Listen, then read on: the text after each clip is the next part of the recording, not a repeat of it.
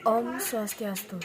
Perkenalkan, nama saya Nikade Alisari Setiawati, nomor absen 23 dari kelas 11 MIPA 6. Di sini saya akan menjelaskan sedikit sehebat apakah Pancasila dalam menanggulangi paham liberalisme di Indonesia.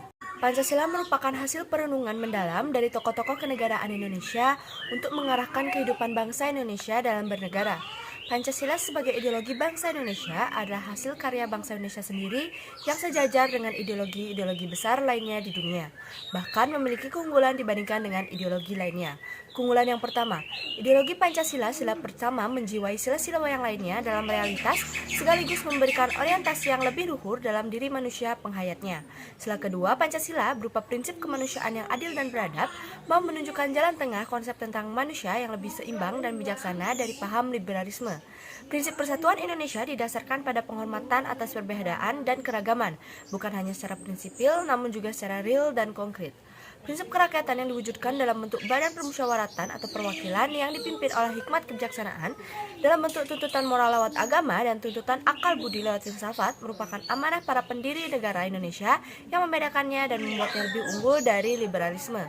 Keadilan sosial yang berarti kegiatan ekonomi menggunakan asas persamaan demi kemakmuran masyarakat, bukan kemakmuran perseorangan. Hal ini paling jelas terwujud dalam konsep koperasi. Liberalisme memiliki kandungan positif seperti mendorongnya seorang untuk memperoleh haknya dalam kesejahteraan dan berkompetensi.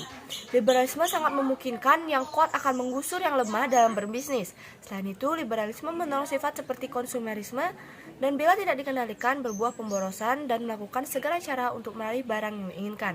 Artinya, komunisme, liberalisme, sosialisme, dan fundamentalisme bukanlah ideologi asli suku sungguh di Indonesia. Ideologi-ideologi itu diimpor dan disinilah Pancasila dan rakyat Indonesia diuji. Bila liberalisme membuat seseorang tak peduli sehingga semangat gotong royong meluntur, akibatnya kedamaian dan ketentraman bisa terusik.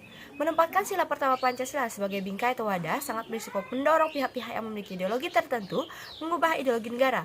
Hal tersebut bisa menjadi bibit konflik yang berkepanjangan karena kondisi bangsa dan negara yang plural, baik dari sisi agama maupun kepercayaan. Maka agama harus ditempatkan sebagai fundamen bukan wadah. Kedua, dengan memahami sifat dan jiwa yang tergali dalam sejarah lahirnya Pancasila yang patut untuk menjadi bingkai dari konstruksi keindonesiaan dalam sila persatuan Indonesia.